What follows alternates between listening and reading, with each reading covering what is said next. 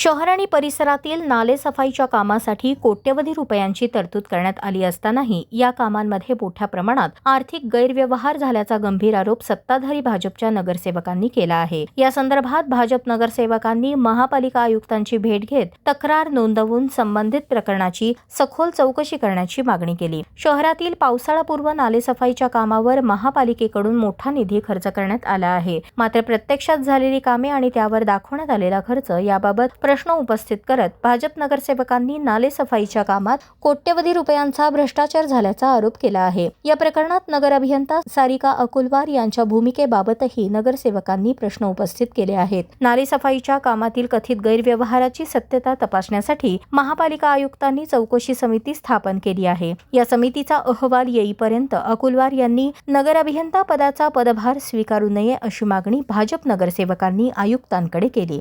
सोलापूर महानगरपालिकेच्या मागच्या महिन्यात झालेल्या सर्वसाधारण सभेमध्ये नालेसफाईमध्ये जो काही भ्रष्टाचार घोटाळा झाला होता त्याची सर्व पुराव्यानिशी माहिती आम्ही सभागृहात दिली होती।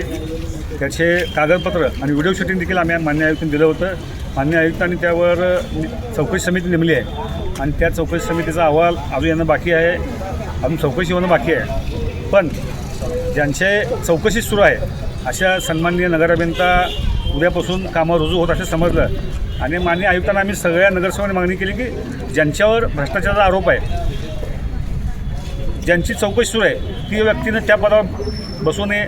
जर चौकशी समितीत त्या जर निर्दोष असतील तर मी सभागृहात सांगितलं मी त्यांची जाहीर मागणी मागतो। पण माझं माननीय आयुक्त साहेबांना आम्ही सगळ्या नगरसेवकांनी मागणी केली, ज्यांची चौकशी सुरू आहे त्या नगर अभियंता पदाची, तर त्या नगर अभियंत्यांनी या प्रकरणाची चौकशी होईपर्यंत त्या पदावर बसू नये। आणि मान्य आयुक्तांनी देखील आज याला सकारात्मक प्रतिसाद दिला आहे। आयुक्त साहेबांनी सांगितलं की ते निश्चितपणे याची चौकशी पण नगर अभियंता पदावर ते बसणार नाही। विशेष म्हणजे महापालिकेत सत्तेत असलेल्या भाजपच्या नगरसेवकांनीच प्रशासनाच्या कारभारावर प्रश्नचिन्ह उपस्थित केल्याने या प्रकरणाची महापालिका वर्तुळात जोरदार चर्चा सुरू झाली आहे। आता चौकशी समितीच्या अहवालातून नेमके काय समोर येते आणि प्रशासनाकडून पुढे कोणती कारवाई केली जाते याकडे लक्ष लागले आहे।